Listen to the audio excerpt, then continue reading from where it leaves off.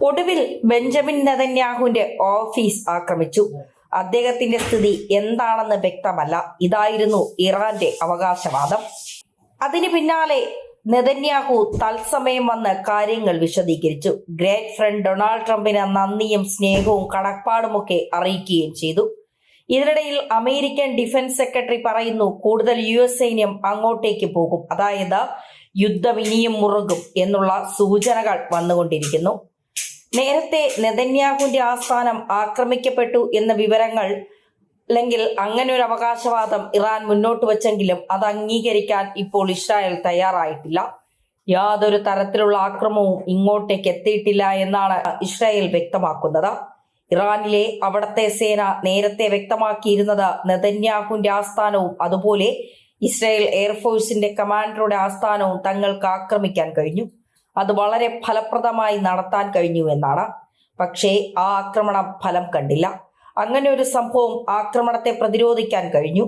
നെതന്യാഹുവിന്റെ ആസ്ഥാനത്തേക്ക് ഒരു ആക്രമണവും നടത്താൻ കഴിഞ്ഞിട്ടില്ല എന്ന് തറപ്പിച്ച് തന്നെ ഇസ്രായേൽ വ്യക്തമാക്കുന്നു. അപ്പോ ആ ആക്രമണത്തിന്റെ വാർത്ത അത് വ്യാജ വാർത്തയാണ്, വ്യാജ പ്രചാരണമാണ്, വ്യാജ പ്രസ്താവനയാണ് എന്ന തരത്തിലാണ് ഇസ്രായേൽ വ്യക്തമാക്കുന്നത്.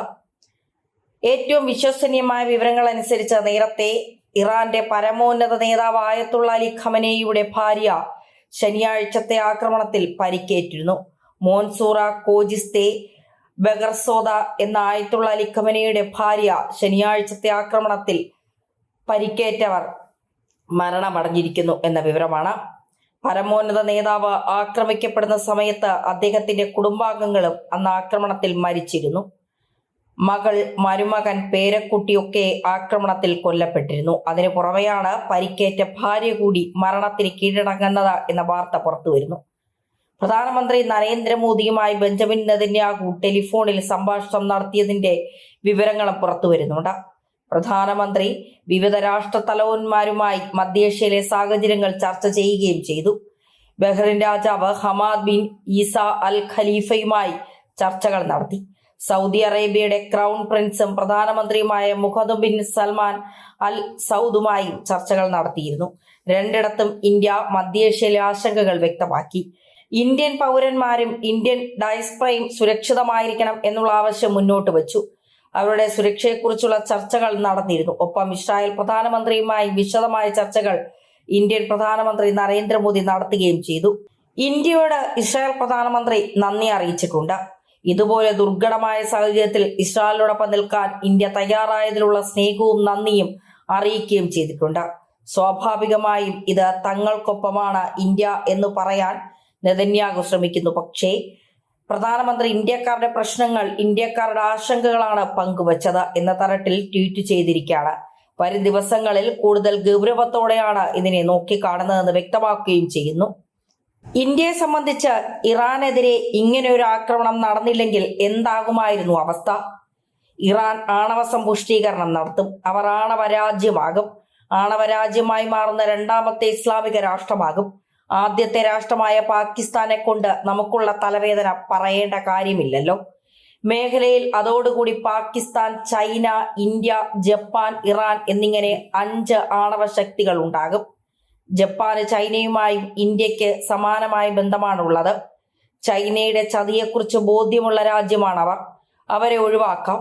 പാകിസ്ഥാൻ, ചൈന, ഇറാൻ എന്നിങ്ങനെ ഇന്ത്യയുടെ താല്പര്യങ്ങൾക്കെതിരെ പ്രവർത്തിക്കാൻ ശേഷിയുള്ള 3 രാജ്യങ്ങൾക്ക് അതോടെ ആണവായുധങ്ങൾ ഉണ്ടാകും. ബാക്കി 2 പേർക്ക് ഇന്ത്യയോട് ഒറ്റയ്ക്കടിച്ച് ജയിക്കാൻ പറ്റില്ല.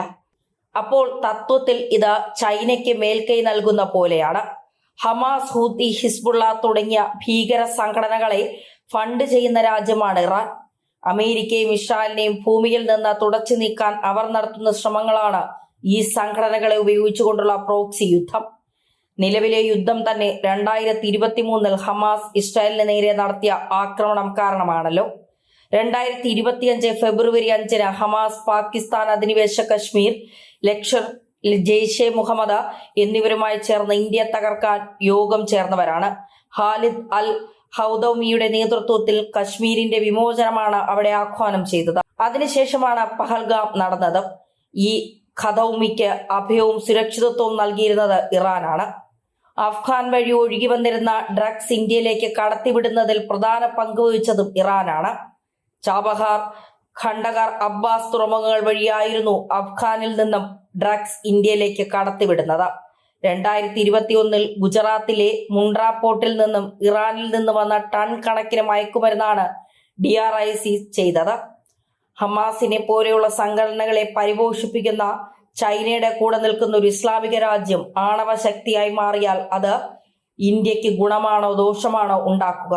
ചിന്തിക്കുക. സാമാന്യ ബുദ്ധി വെച്ചിട്ട് അതിൽ ചിന്തിച്ചാൽ മതി. എന്നിട്ട് വേണം ഈ യുദ്ധത്തിന്റെ പക്ഷം പിടിക്കുന്നവർ ഇനിയും അത് തന്നെ പിടിക്കാൻ. മറുവശത്ത് അമേരിക്കൻ തിട്ടൂരങ്ങൾ അനുസരിക്കുന്ന ഒരു ഗവൺമെന്റ് വന്നാൽ അതിൻ്റെതായ ദോഷങ്ങളും തീർച്ചയായും ഉണ്ടാകും. പക്ഷേ ആദ്യം പറഞ്ഞതിനേക്കാൾ എത്രയോ അപകട സാധ്യത കുറവായിരിക്കും രണ്ടാമത്തേത്. നയതന്ത്രത്തിൽ സ്ഥിരമായ ശത്രുക്കളോ സുഹൃത്തുക്കളോ ഇല്ല ഇവിടെ. അതായത് രാജ്യങ്ങളുടെ താല്പര്യങ്ങൾ മാത്രമാണുള്ളത്. നിലവിൽ നമുക്ക് നല്ലത് ഇറാൻ വീഴുക എന്നത് തന്നെയാണ്. ചെകുത്താനും കടലിനും നടുവിൽ നിൽക്കുകയാണെങ്കിൽ തീർച്ചയായും നിങ്ങൾ ചെകുത്താനോട് പൊരുതാൻ നോക്കുക.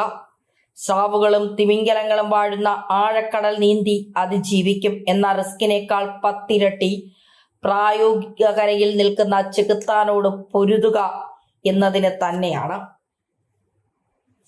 പ്രേം ശൈലേഷ് എന്ന് പറയുന്നയാൾ ഫേസ്ബുക്കിൽ എഴുതിയ വാക്കുകളാണിത്.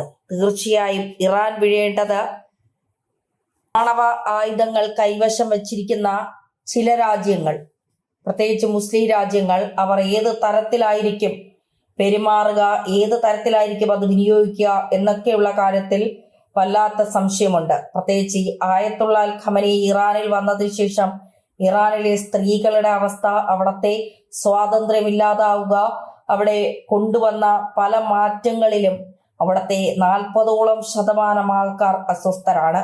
കഴിഞ്ഞ ദിവസം ആയത്തുള്ള അൽ ഖമനി മരിച്ചപ്പോൾ ഉണ്ടായ പാട്ടും ആഘോഷങ്ങളിൽ നിന്നൊക്കെ അത് മനസ്സിലാക്കാൻ കഴിയുന്ന കാര്യമാണ്. ഇറാനിൽ ഇപ്പോൾ ഇസ്രായേൽ വലിയ തിരിച്ചടി നൽകിക്കൊണ്ടിരിക്കുമ്പോഴും നെതന്യാഹുവിനെ തീർക്കാനും അമേരിക്കയെ തീർക്കാനും ഇസ്രായേലിനെ തീർക്കാനും ഒക്കെ ഇറങ്ങിത്തിരിച്ചിരിക്കുന്ന ഇറാന്റെ അവസ്ഥ വളരെ പരിതാപകരമായിരിക്കും. ഹോർമൂസ് കടലെടുക്ക് അടയ്ക്കുകയും ചാബഹാർ തുറമുഖം അടയ്ക്കാനുള്ള നീക്കങ്ങളിലേക്ക് ഇറാൻ കടക്കുകയും ചെയ്താൽ ഇന്ത്യയെ സംബന്ധിച്ച് അത് വലിയ നഷ്ടത്തിലേക്കാണ്. ആഗോള സാമ്പത്തിക പ്രതിസന്ധി പോലും ഉണ്ടാക്കാം. പക്ഷെ എങ്കിൽ പോലും ഇന്ത്യ ആർക്കൊപ്പമാണ് എന്ന നിലപാട് ഇതുവരെ വ്യക്തമാക്കിയിട്ടില്ല. ഇസ്രായേൽ പ്രധാനമന്ത്രിയെ വിളിക്കുകയും ഇന്ത്യക്കാർ സുരക്ഷിതരായിരിക്കണം എന്ന് പറയുകയും ചെയ്യുമ്പോഴും ഇന്ത്യക്ക് ഇറാനും ഇസ്രായേലും ഒരുപോലെ വേണ്ടപ്പെട്ടവരാണ്. നയതന്ത്രപരമായി ഇരു രാജ്യങ്ങളുമായും ഇന്ത്യക്ക് ബന്ധവുമുണ്ട്. പക്ഷേ യുദ്ധം ഒന്നിനും ഒരു പരിഹാരമല്ല എന്നാണ് ഇന്ത്യ ആവർത്തിക്കുന്നത്. ഉക്രൈനും റഷ്യയും തമ്മിലുള്ള യുദ്ധമുണ്ടായപ്പോഴും ഇതേ നിലപാട് തന്നെയാണ് ഇന്ത്യ സ്വീകരിച്ചത്. നെതന്യാഹുവിനെ തീർക്കാനായി ഇറാൻ പുറപ്പെടുമ്പോൾ ഒന്നോർക്കുക, ജൂതന്മാർക്കുള്ള ശക്തിയുടെ ബുദ്ധിയുടെ 1 ഇഞ്ച് പോലും നിങ്ങൾക്കില്ല എന്ന് മറക്കാതിരിക്കുക.